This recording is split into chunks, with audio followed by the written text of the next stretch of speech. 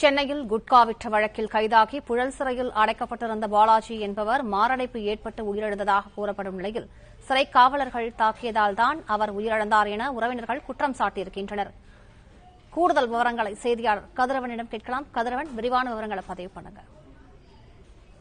சென்னை அடுத்த சேலையூர் ஜானகிராமன் தெருவை சேர்ந்த பாலாஜி என்பவர் அதே பகுதியில் பெட்டிக்கடை நடத்தி வரக்கூடிய நிலையில கடந்த 12ஆம் தேதி அன்று சேலையூர் போலீசார் சோதனை நடத்தி குட்கா உள்ளிட்ட தடை செய்யப்பட்ட பொருட்களை பறிமுதல் செய்தார்கள்.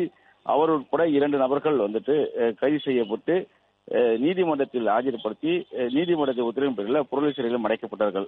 புழல் சிறையில் விசாரணை அறையில் அடைக்கப்பட்டிருந்த பாலாஜிக்கு இன்று காலை 7:45 மணி அளவில் நெஞ்சு வலி ஏற்பட்டதாகவும் அடுத்து சிறை காவலர் அவரை சிகிச்சைக்காக ஸ்டான்லி அரசு மருத்துவமனை கொண்டு சென்ற போது பாலாஜியை பரிசுத்த மருத்துவர்கள் ஏற்கனவே உயிரிழந்ததாக தெரிவித்திருக்கிறார்கள். இந்த சம்பவம் குறித்து சிறை வார்டன் தரப்புல புழல் போலீசார் வழக்கு பதிவு விசாரணை மேற்கொண்டிருக்கூடிய நிலையில உறவினர்கள் சிறையில காவலர் தாக்கியதான் அவர் உயிரிழந்ததாக குற்றம் சாட்டியிருக்கிறார்கள்.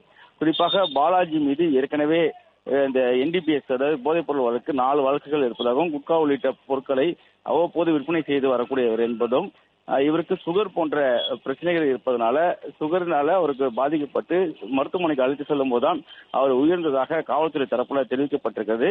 ஆனால் உறவினர்கள் அவர் சிறையில் காவலர்கள் தாக்கினால் உயிர்ந்ததாக குற்றச்சாட்டை முன்வைத்திருப்பதாக தெரிய வந்திருக்கு. இது குறித்து உயரதிகாரிகள் தற்போது விசாரணையை மேற்கொண்டு வருகிறார்கள். விவரங்களுக்கு நன்றி கதிரவன்.